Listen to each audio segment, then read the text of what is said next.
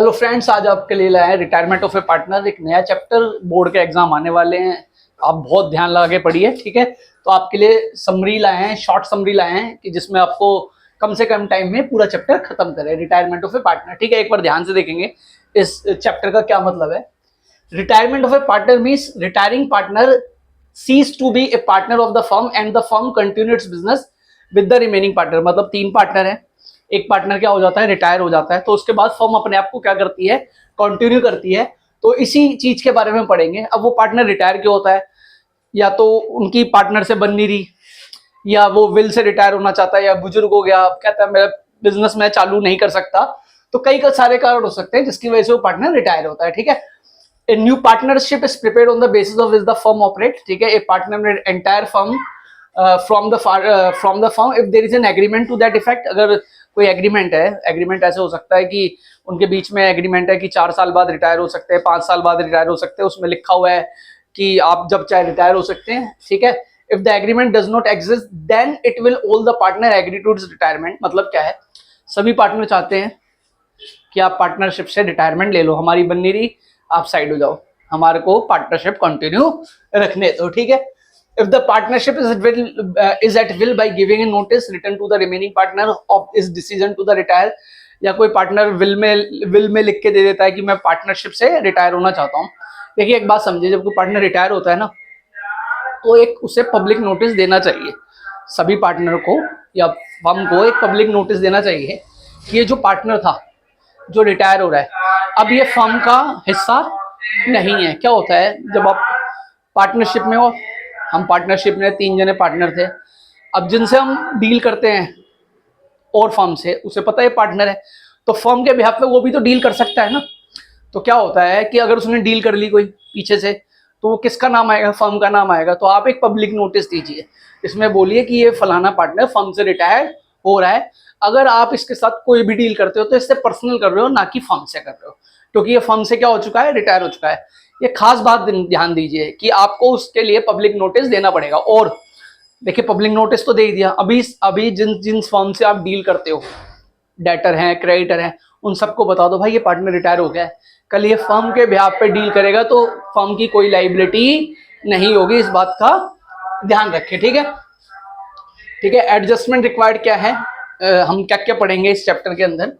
Determining new profit sharing ratio and gaining ratio, change in profit sharing ratio. मतलब क्या है, partner retire हो रहा है, अब पार्टनरशिप थी, 3 पार्टनर थे, एक रिटायर होता है, अब फर्म कंटिन्यू करेगी, तो एक पार्टनर अपना हिस्से लेके जाएगा जो रिटायर हो रहा है। तो क्या करेंगे हम, न्यू प्रॉफिट शेयरिंग रेशियो निकालेंगे ना। और क्या होगा, जो पार्टनर रिटायर हो रहा है वो अपना हिस्सा लेके जाएगा, जैसे कि आपने पहले भी पढ़ रखा है। Valuation and accounting for goodwill, हम क्या करेंगे, अच्छा वो क्या लेके जाएगा, वो सबसे ज्यादा किस चीज का पैसे लेके जाएगा, वो अपनी गुडविल का पैसा लेके जाएगा। जो रिटायरिंग पार्टनर है, तो हमारे को फर्म की क्या निकालनी पड़ेगी, गुडविल निकालनी पड़ेगी, और रिटायरिंग पार्टनर को वो इसका हिस्सा देना पड़ेगा। Revaluation of assets and reassessment of liability, हम रिवैल्यूएशन एसेट्स करेंगे, रीअसेसमेंट ऑफ लाइबिलिटी करेंगे, क्योंकि पार्टनर रिटायर हो रहा है तो फर्म को दोबारा से क्या करना पड़ेगा, एसेट्स और लाइबिलिटी को दोबारा से रिवैल्यू करना पड़ेगा। रिजर्व एंड अनडिस्ट्रीब्यूटेड प्रॉफिट, देखिए जितने भी रिजर्व होते हैं, जितने भी अनडिस्ट्रीब्यूटेड प्रॉफिट होते हैं, वो जब पार्टनर फर्म में था उसी टाइम में रिजर्व और अनडिस्ट्रीब्यूटेड प्रॉफिट बने होंगे। आपने जो भी प्रॉफिट हुआ होगा, रिजर्व बना होगा, प्रॉफिट में से ही रिजर्व बनाते हो ना। और वो क्या कह रहा है, भाई टाटा बाय बाय मैं तो जा रहा हूँ। तो भाई जो हमने प्रॉफिट कमाया, जो हमने रिजर्व बनाया, उसमें भी तो मेरे को हिस्सा चाहिए ना। तो इसके लिए जितने भी चैप्टर आपने पढ़े, एक जैसी बात है कि जब भी पार्टनर रिटायर हो रहा है या डेथ हो रही है, कोई भी चीज हो रही है, ये जो रिजर्व होते हैं ओल्ड रेशो में पार्टनर के बीच में क्या हो जाएंगे, डिस्ट्रीब्यूट हो जाएंगे, ठीक है। फिर जो नए रिजर्व बनेंगे आने वाले टाइम में वो अलग है। Determination of amount due to retiring partner, अब देखिए पार्टनर रिटायर हुआ, उसका पूरा हिसाब किताब निकाला, पार्टनर कैपिटल अकाउंट बना, तो उसका कुछ अमाउंट निकलेगा, तो होता है रिटायरिंग पार्टनर का अमाउंट। अब एक तरीका या तो उसे लमसम दे दें, या हम उसे इंस्टॉलमेंट में दें, या एक और तरीका होता है क्या, हम उसका लोन खड़ा कर दें। मतलब लोन का मतलब क्या है कि उस जिस पार्टनर को हमारे को पैसा देना है, उसने इस तरीके से हमने बात करी, या जो क्वेश्चन पेपर में लिखा हुआ है या जो बुक में लिखा हुआ है कि हमें उसे 20,000 रुपए देने थे, उसने कहा 20,000 रुपए की फर्म के क्या होगी, लाइबिलिटी होगी, आप मुझे लोन देते रहो। तो आप इस तरीके से भी कर सकते हो, ठीक है, ठीक है। और फिर उसके बाद एडजस्टमेंट ऑफ कैपिटल पढ़ेंगे, if so decided by the partner, अगर पार्टनर ने उसे डिसाइड करा है तो। ठीक है, समझ में आ गया आपको। रिटायरमेंट का मतलब क्या है कि बेसिकली क्या है, एक पार्टनर फर्म से क्या हो रहा है, रिटायर हो रहा है, वो अपना कौन कौन सा हिस्सा लेके जाएगा। जब वो जाएगा तो नेचुरल सी बात है वो अपना हिस्सा लेके ही जाएगा। उसके बाद प्रॉफिट शेयरिंग रेशो चेंज होगी, आप फर्म में, फर्म कंटिन्यू रहती नहीं रहती, ये सारी चीजें इस पर डिपेंड करेंगी। ठीक है, ठीक है जी। क्या है change in profit sharing ratio का फार्मूला, क्योंकि हमारे को change new profit sharing ratio निकालनी पड़ेगी। New profit sharing ratio and on retirement of a partner is the ratio in which the remaining और continuing partner will share future profit and loss. अब क्या मतलब है, ये न्यू प्रॉफिट शेयरिंग रेशो का, partner retire हो रहा है, बाकी जो पार्टनर है वो न्यू प्रॉफिट शेयरिंग रेशो बनाएंगे। जो पार्टनर रिटायर हो रहा है वो तो अपना हिस्सा छोड़ के जा रहा है, तो बाकी पार्टनरों में डिस्ट्रीब्यूट होगा, तो वो डिस्ट्रीब्यूट करेंगे और उसके हिसाब से न्यू प्रॉफिट शेयरिंग रेशो बनाएंगे। और जो न्यू प्रॉफिट शेयरिंग रेशो होगी उसी के हिसाब से आने वाले टाइम में प्रॉफिट और लॉस डिस्ट्रीब्यूट होगा। तो new profit share of A continuing partner, जो कंटिन्यूइंग पार्टनर है क्या होगा उसका, ओल्ड प्रॉफिट शेयर, उनका जो पुराना प्रॉफिट है, माइनस प्रॉफिट शेयर टेकन, जितना वो शेयर दे रहे हैं, किसको दे रहे हैं, किसको दे रहे हैं, रिटायरिंग पार्टनर को दे रहे हैं, फ्रॉम द रिटायर्ड पार्टनर, लिखा है ना यहाँ पे, फ्रॉम द रिटायर्ड पार्टनर। ठीक है, ठीक है जी, समझ में आ गया। क्या हो, देखो 3 पार्टनर हैं, एक पार्टनर रिटायर हो रहा है तो अपना हिस्सा फर्म में छोड़ के जाएगा, वो हिस्सा तो लेके जाएगा जो भी उसने गुडविल वगैरह का, लेकिन बेसिकली जो 3 में होती थी वो 2 में डिस्ट्रीब्यूट होगी। तो नेचुरल सी बात है 2 पार्टनर तो गेन करेंगे, और जो रिटायरिंग हो रहा है वो सेक्रीफाइस करेगा। तो न्यू प्रॉफिट शेयरिंग रेशो निकालनी पड़ेगी। तो कैसे निकाली है, तुम्हारा पुराना share minus profit share taken by the retiring partner. Clear है, पक्का। चलो जी, केस बन गया है, when one partner retire and the net profit sharing ratio among the retirement partner is not given. मतलब एक पार्टनर रिटायर हो रहा है, आपको प्रॉफिट शेयरिंग रेशो नहीं दे रखी, तो कैसे निकालेंगे, बहुत आसान है। देखिए क्या लिखा है, एसकेडी 3 पार्टनर है, 1, 2, 1, 5, 1, 10 के हिसाब से प्रॉफिट शेयरिंग रेशो प्रॉफिट को डिवाइड करते हैं। Find new profit ratio remaining partner. S retire हो रहा है, के रिटायर हो रहा है और डी रिटायर हो रहा है, मतलब एक एक करके सब रिटायर हो रहे हैं। देखिए इनका हमने रेसिप्रोकल करा तो रेशो आई 5-4-1। ठीक है, अब क्या होता है, अगर सपोज करो कौन रिटायर हो रहा है, एस रिटायर हो रहा है, ठीक है ना, जैसे 5-4-1 है, 5-4-1 है, ठीक है।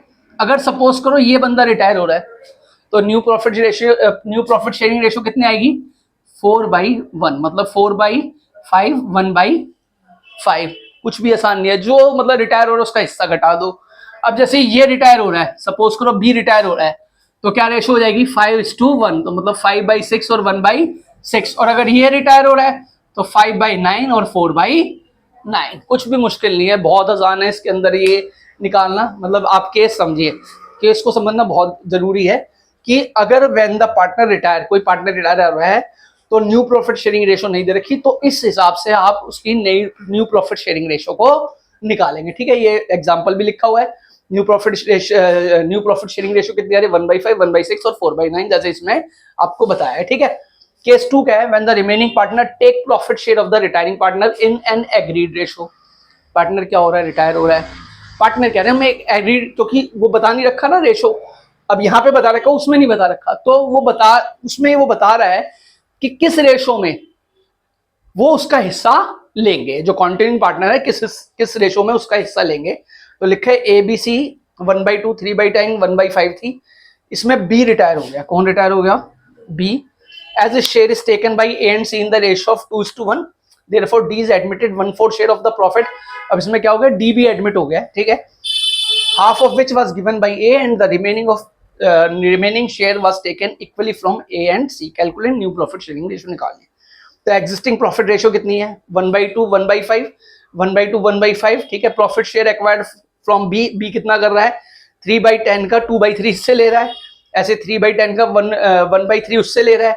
तो न्यू प्रॉफिट शेयरिंग रेशो कितनी हो गई, 1/2 + 2/10, तो इसकी हो गई 7/10 और इसकी हो गई 3/10। तो रिमेनिंग प्रॉफिट शेयर कितना है, taken by D from A and C, वो कितने के लिए आया था, डी कितने के लिए आया था, 1/4 के लिए। ठीक है ना, 1/4 के लिए आया था और वो 1/2 ले रहा है, तो कितना हो गया, 1/8। और फिर हमने न्यू प्रॉफिट शेयरिंग रेशो निकाल दी, ओल्ड माइनस जो शेयर वो एक्वायर कर रहा है, शेयर गिवन कर रहे हैं रिटायरिंग पार्टनर को, वो निकाल दिया है। तो आपको ये समझ में आ गया। सबसे पहले तो आप समझिए कि रिटायरमेंट जब होती है तो उसका मतलब क्या है, ठीक है।